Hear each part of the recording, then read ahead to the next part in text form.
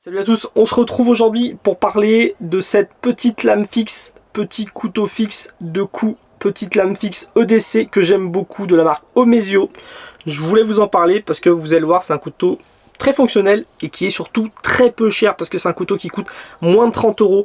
Donc pour ceux qui s'intéressent, je vous mets le lien en description de la vidéo et vous allez le voir, c'est un couteau qui vaut la peine d'être connu et d'être utilisé. Je vais vous en faire une rapide description dans cette vidéo et on ira aussi dans les bois faire des tests de coupe assez poussés en fin de compte, peut-être trop par rapport à l'utilisation normale qu'on devrait avoir de ce genre de couteau là, mais c'était surtout pour la curiosité, pour voir s'il est capable d'endurer les tâches les plus compliquées. Pour ceux qui me découvrent, moi je m'appelle Quentin, je fais une vidéo par semaine sur la thématique de l'EDC, donc je parle de couteaux suisses, d'outils multifonctions, de lampes de poche.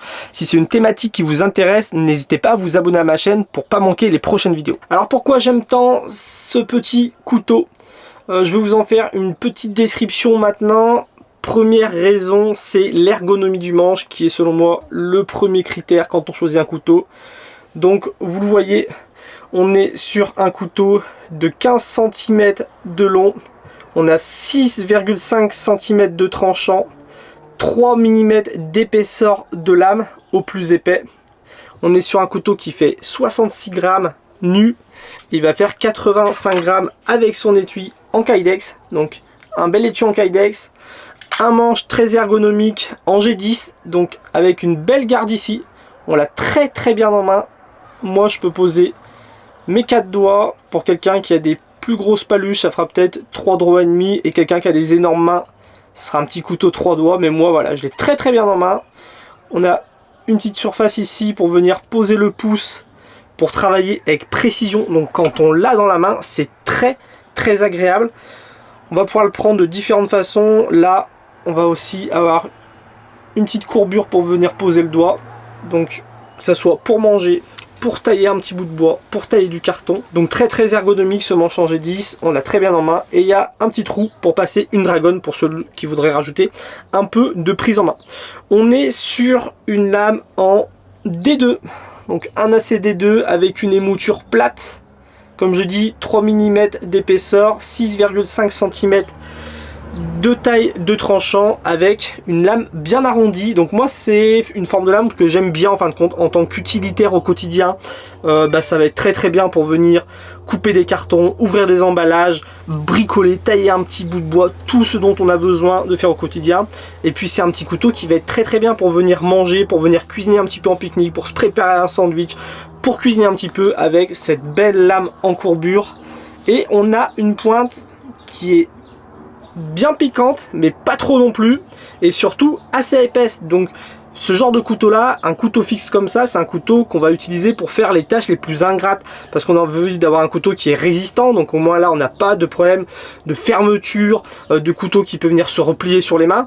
On va pouvoir voilà, taper un petit peu avec, taper dessus sans problème. C'est un couteau qui est fixe, donc c'est plus facile à laver. Donc tout ce qui est petites tâches un peu plus ingrates qu'on va pas vouloir faire avec son couteau suisse, qu'on va pas vouloir faire avec son Opinel, qu'on va pas vouloir faire avec le couteau qui coûte 150 € et qu'on garde dans la poche précieusement. Et ce que j'aime bien moi sur ce genre de couteau, c'est avoir une belle pointe bien épaisse, parce que ça m'est déjà arrivé de casser les pointes de l'Opinel par exemple en bricolant quelque chose. Et ça, avec une bonne lame en D2, une belle émouture plate qui tranche très bien, et cette pointe qui est costaud, on n'a pas peur de venir gratter avec, ça en fait un très bon utilitaire. On est sur une émouture plate. Moi quand c'est arrivé, le tranchant était vraiment rasoir.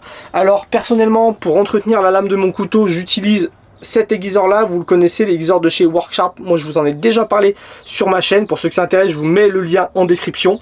C'est un aiguiseur que j'aime beaucoup parce qu'il y a une petite face diamantée assez lisse, une face diamantée rugueuse, on a une partie céramique avec 2 positions et la petite partie cuir pour venir finir son aiguisage.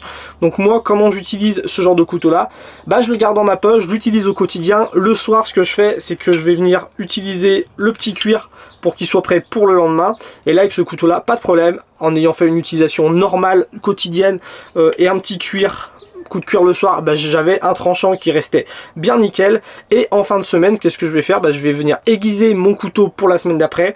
Donc je vais refaire tout le circuit avec la petite partie diamantée fine, les céramiques, le cuir, et j'arrive à retrouver comme ça en fin de semaine un bel aiguisage avec un tranchant rasoir de chez Rasoir. Et puis ça m'arrive aussi, si pendant la journée j'ai vraiment beaucoup utilisé mon couteau et qu'il a perdu un peu de tranchant, bah soit je le réguise dans la journée, soit je le réguise le soir correctement, un petit coup de pierre et ça va très bien. Donc cet acier D2 là sur cette lame, vraiment bien. Et puis on peut voir qu'on a un petit casse-goutte ici qui permet de venir aiguiser la lame tout entière et ça c'est vraiment top. Donc un couteau avec une très bonne prise en main pour travailler confort et sécurité, une émouture plate pour trancher avec précision, une bonne épaisseur de lame pour faire les travaux les plus ingrats et un acier D2 qui s'aiguise très bien et qui garde un bon tranchant. Donc ce couteau là c'est un très bon utilitaire. Je vous montre un petit test que j'ai fait maintenant dans les bois pour vous montrer que c'est un couteau qui est très costaud. Alors je suis parti faire une petite sortie dans les bois, j'en ai profité pour tester cette petite hachette de chez Fiskars, la X13, la nouvelle que je vais vous présenter bientôt. Et je me suis dit, vu que je suis en train de faire du bois pour me faire un petit barbecue pour midi, bah pourquoi pas venir tester la solidité de ce couteau. Donc tout simplement ce que j'ai fait, c'est que je suis venu bâtonner un petit peu gentiment avec ce couteau là et ça s'est très bien passé. L'acier D2 avec surtout une épaisseur de 3 mm, ça n'a pas bougé, j'ai pu faire des petites allumettes. Je me suis aussi amusé à tailler un petit peu de bois pour faire des copeaux. À savoir que les arêtes de ce couteau sont parfaite pour venir faire des étincelles avec un fire steel. Donc on peut vraiment utiliser ce couteau pour allumer un feu si on en a besoin. Donc c'est un très bon couteau à porter en EDC, c'est un très bon couteau pour le travail, c'est un très bon couteau en backup. Il est livré avec un petit étui en Kydex, donc du G10, du D2, de l'étui en Kydex. Donc on est sur des matériaux de bonne qualité pour ce prix là.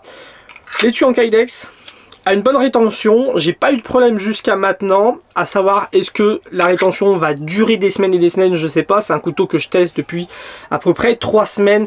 Le Kydex, ce qu'il y a de bien, c'est que si on veut lui redonner un peu de rétention, bah c'est possible en le chauffant, en le remoulant un petit peu. L'étui est livré à la base avec un petit clip poche que moi j'aime pas spécialement. C'est plus simple de venir l'accrocher peut-être à une ceinture ou à des passes en molle sur un sac à dos par exemple. Mais le clip poche n'est pas parfait. Il est livré aussi avec une petite chaînette pour le porter en tour de cou. Personnellement, j'utilise très peu les couteaux en tour de cou. Je trouve pas ça très agréable. Je trouve pas ça très sécure. Personnellement, ça c'est le genre de couteau que je vais glisser dans ma poche de jean directement. Et c'est un couteau qui est assez fin avec un manche qui fait 1,1 cm d'épaisseur. Donc voilà, un couteau qui se fait discret avec 66 grammes sans l'étui, 85 grammes avec l'étui. Et tout ça pour moins de 30 €. Donc pour ceux qui s'intéressent, je vous mets le lien en description de la vidéo. Vous retrouverez les différents articles que je vous ai présentés dans cette vidéo. Donc pour ceux qui cherchent un petit couteau EDC fixe comme ça, avec un excellent rapport qualité-prix, je vous recommande vraiment celui-ci sans problème.